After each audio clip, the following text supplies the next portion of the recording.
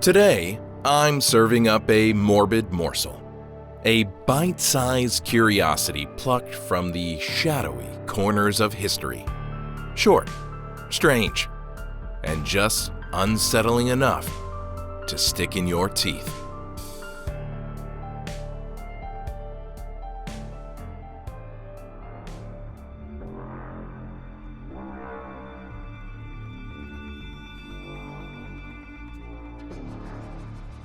He is small enough to fit. That's why they chose him. 8 years old. Maybe 9. Hard to tell under the soot. His ribs press against skin the color of ash, and his fingers, raw and cracked, scrape against brick as he climbs. The chimney narrows. He exhales to make himself thinner. The air tastes like coal and old fire. His knees grind against mortar. His elbows bleed. He keeps climbing. Below him, his master shouts up the flue. "Up you go, boy! Don't stop!" If he does stop, if he panics, or slips, or gets wedged in the dark, the fire might be lit beneath him. It's happened before, and sometimes, when they pull the bodies out, they're still warm.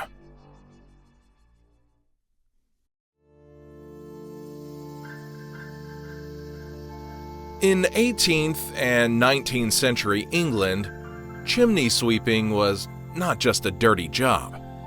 It was a job built on children. After the Great Fire of London in 1666, homes were redesigned with narrow flues to prevent future blazes.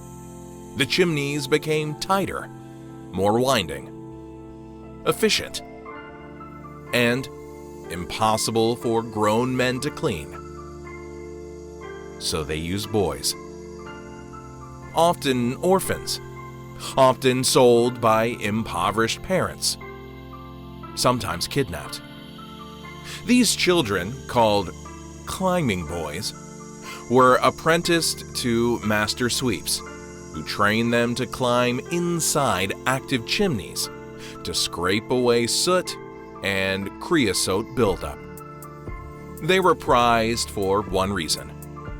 They were small, and if they got stuck, well, that was their problem. The life of a climbing boy. Most climbing boys began between the ages of 5 and 8. Yes, you heard that right. 5 years old. They slept in basements or cellars, often naked, so soot wouldn't permanently stain what little clothing they owned. They were woken before dawn and sent barefoot across frost-covered rooftops. Inside the flue, it was suffocating. The bricks scraped their skin raw. Soot filled their lungs. The darkness was absolute. Sometimes they'd wedge themselves in place and have to scrape away mortar with bleeding fingers just to move again. Falls were common. Burns were common. Suffocation was common. Some boys were deliberately underfed to keep them small.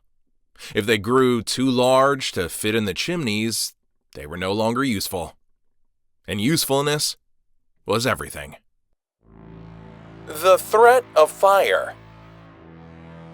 If a boy hesitated or got lodged inside the flue, the master sweep had a solution.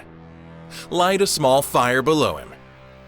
The rising heat would force the child upward in panic. Sometimes it worked. Sometimes it didn't. There are documented cases of boys dying from smoke inhalation inside chimneys, their bodies later retrieved, twisted, and blackened. And yet, the practice continued because it was cheap and it worked. The disease no one expected. But perhaps the most horrifying consequence of chimney sweeping didn't appear in childhood. It appeared years later. In 1775, surgeon Percival Pott made a disturbing observation. He noticed that chimney sweeps, particularly those who began as children, were developing a rare and aggressive form of cancer in adulthood. It began as a small sore on the scrotum. They called it chimney wart. And it didn't look like much at first. A lesion, a growth, something easily ignored. But it spread. Slowly, relentlessly, the cancer would eat through the skin of the genitals, ulcerating and rotting tissue. It metastasized to the lymph nodes of the groin, then to the abdomen. The men, many still in their 20s, would die in agony. This condition became known as chimney sweep's carcinoma, the first documented occupational cancer in history. And it was caused by one thing: soot. Specifically, prolonged exposure to coal tar and carcinogenic compounds embedded in the soot. That same soot that they crawled through daily. The boys weren't just scarred, they were being poisoned. A death before 30. Chimney sweep's carcinoma was slow and brutal. The cancer often appeared in the late teens or 20s. By then, many former climbing boys had left the trade, but the damage had already been done. Without modern surgical techniques, treatment was crude. Surgeons attempted to excise tumors, sometimes removing entire sections of genital tissue without anesthesia. And even then, recurrence was common. Most victims died before age 30. Think about that. A child forced into chimneys at 6 years old might survive the suffocation, the burns, the beatings, only to be killed by cancer before he ever reached full adulthood. Public outcry and slow reform. Public awareness began to grow in the late 1700s. Writers like William Blake captured the horror in poems like The Chimney Sweeper, portraying boys, quote, clothed in the clothes of death, unquote. Parliament attempted reform multiple times. The Chimney Sweepers Act of 1788 set minimum age limits, but enforcement was nearly non-existent. Masters simply lied. It wasn't until the Chimney Sweepers Act of 1875, over a century after concerns were first raised, that climbing boys were finally outlawed and mechanical sweeping tools became mandatory. But by then, generations had already suffered. The science of soot. What makes this story even more haunting is that chimney sweeps helped modern medicine understand cancer. Percival Pott's observations in 1775 were revolutionary. He connected environmental exposure to disease, decades before industrial hygiene became a formal field. Chimney sweep's carcinoma became a landmark case in occupational health research. It proved that carcinogens in the environment could trigger malignancy. The suffering of climbing boys helped uncover a truth. Workplace hazards don't just break bones. They mutate cells. And once that discovery was made, other industrial diseases began to come into focus. Arsenic poisoning, factory lung disease, chemical burns. In a twisted way, these boys were unwilling pioneers in the science of cancer. The darkness we don't see. We romanticize Victorian London. The cobblestones, the lamplight, the rooftops.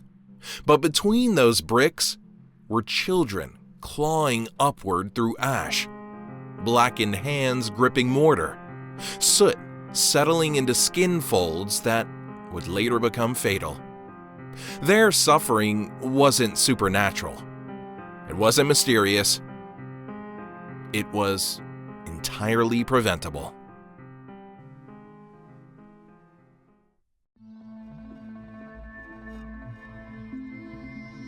The story of England's chimney sweepers isn't just about cruelty.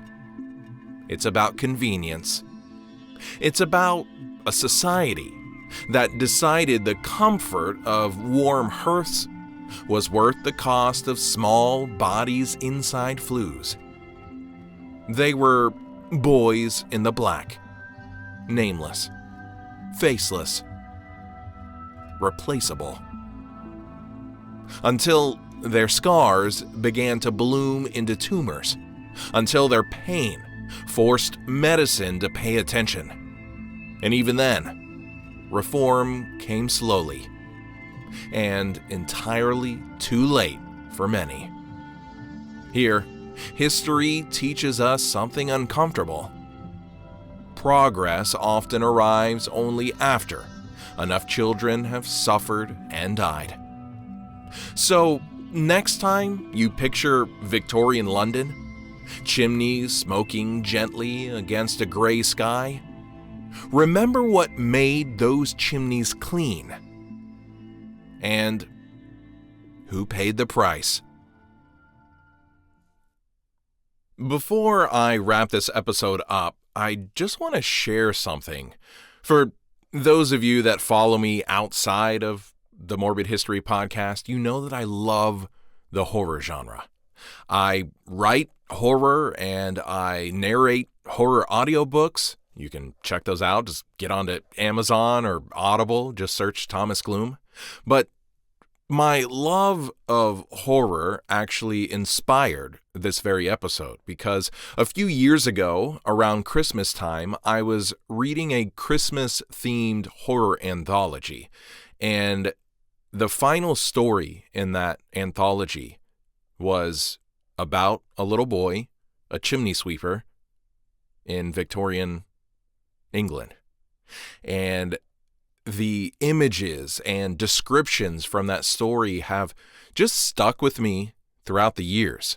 I think it was 2 years ago, I went back and reread it just because I wanted to make sure that the story still hit like it did the first time, and boy oh boy did it. So if you are a reader and you like stories of a spooky variety, then I'd encourage you to seek out the story titled The Hangman's Bride by Sarah Pinborough. It's in the Christmas horror anthology that is titled Hark the Herald Angels Scream. That was edited by Christopher Golden. It's available in paperback and ebook, and so, like I said, if you're into that sort of thing, check it out. And tell them Thomas Gloom sent you.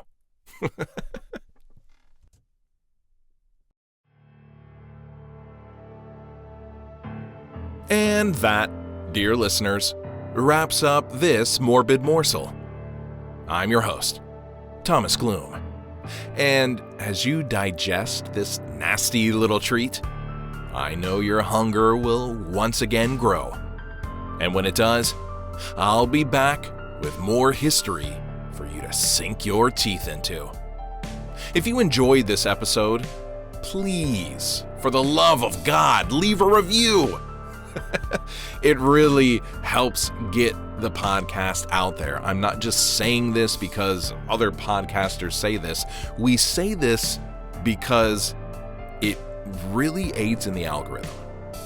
And if you want to stay up to date with all the Morbid history happenings, then follow me on TikTok and Instagram and YouTube at Morbid History Pod.